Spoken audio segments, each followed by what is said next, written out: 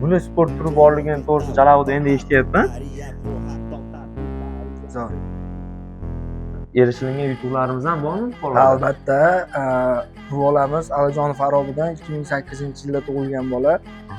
Bu bola bir nechta viloyat musobaqalarini o'tkazdi. Viloyatda o'zini yoshida, o'zini vesida albatta birinchi o'rinda bo'lganligi sababli respublika musobaqalarida ham o'ziga xos, o'ziga mos bo'lgan yoshlar bilan sapernik bo'lib shug'ullanib ma'lum bir natijalarga erishdik.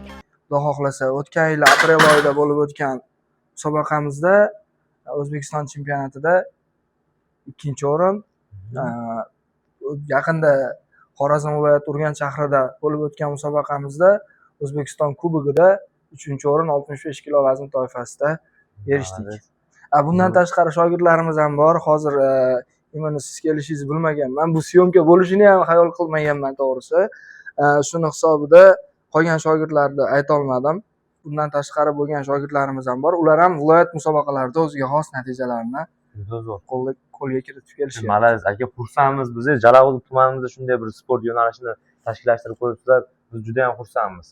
Aka, natijalari ham O'zbekiston miqyosida demak 2-3 o'rinlarni egallab kelayotgan zo'r aka. Keling, o'zi bilan ozgina suhbat olib borsak.